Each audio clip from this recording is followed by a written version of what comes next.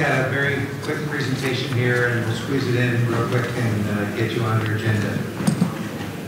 I first was introduced to IEN a year ago when I attended the Portland State Forum, and at that point in time, Lewis and Clark was fairly far along on the institutional grid there. I think here today, a lot of schools are further along, and so we're not so far along now, and we have work to do. Lewis and Clark is a small private institution located in Portland, Oregon.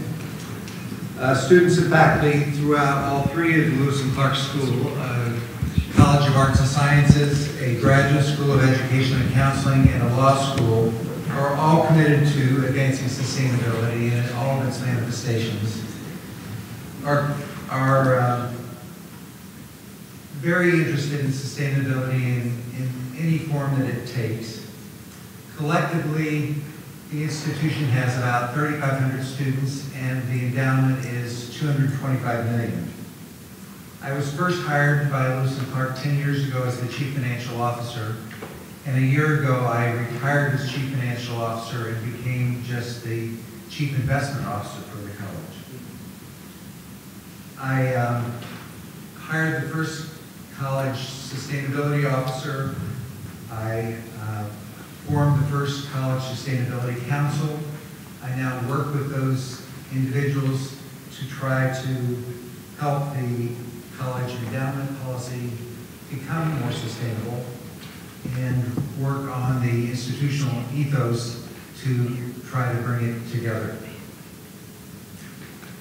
My first attempt at that was in May of 2012 to get the investment committee interested in adding some sort of sustainability policy to the investment policy. But at that point in time, the investment committee was too concerned about that it would have some sort of an impact on performance. And so they were not willing to make an adjustment to the investment policy, even though they understood the concept of stranded assets and felt like there was an impact. They were worried about the overall portion of the investment policy that would be impacted. So a couple of years later, we came back to the investment policy with the following language, which they agreed to. Academic research supports the practice of incorporating environmental, social, and governance factors with other conventional financial analytical tools when evaluating investment opportunities. Responsible investing focuses on improving long-term risk-adjusted returns of the portfolio. ESG factors may help identify potential opportunities and risks which conventional tools miss. Lewis & Clark encourages its managers to include ESG factors in their analytical processes. ESG considerations are a factor in the analysis and should not be used as exclusionary screens to eliminate specific factors or companies. Relevant ESG factors will vary by industry and should be applied appropriately to assess risk and return. So when we added that 2 years ago now, we allowed managers to be included or excluded based upon ESG factors. We have done both. We have thrown managers out. We've added managers based upon that. And I have surveyed managers every year now twice, no, actually 3 times now, for that factor. And getting this dialogue going with managers has been very helpful.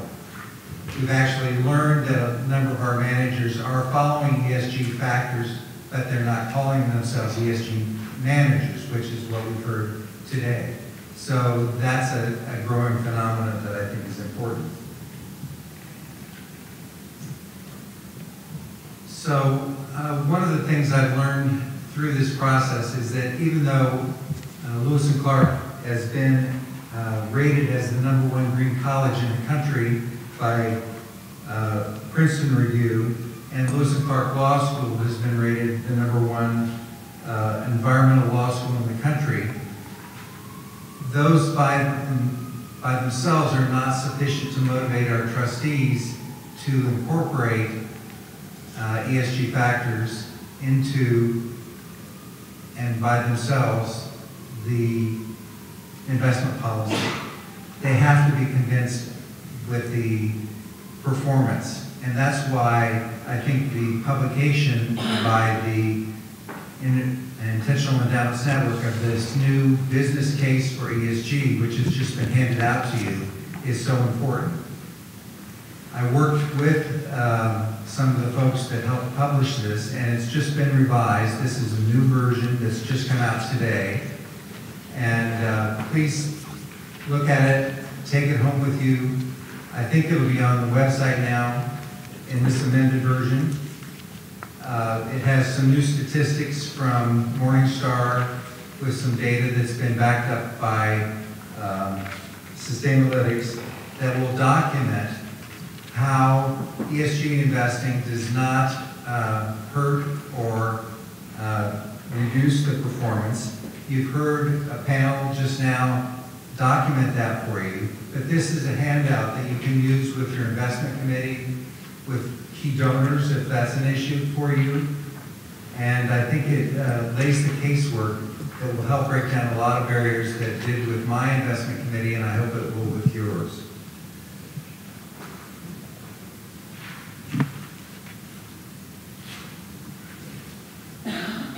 If there are questions on your campus, there are many people here at IEN that would be happy to help with you. I know I would be happy to help, others would be happy to help, but there are lots of resources that you can find on the website. There are lots of data, there's lots of data there besides this document, but this was the key document that I felt was most helpful for my committee, and I think it answers a key question that investment committees want to know. What about the performance?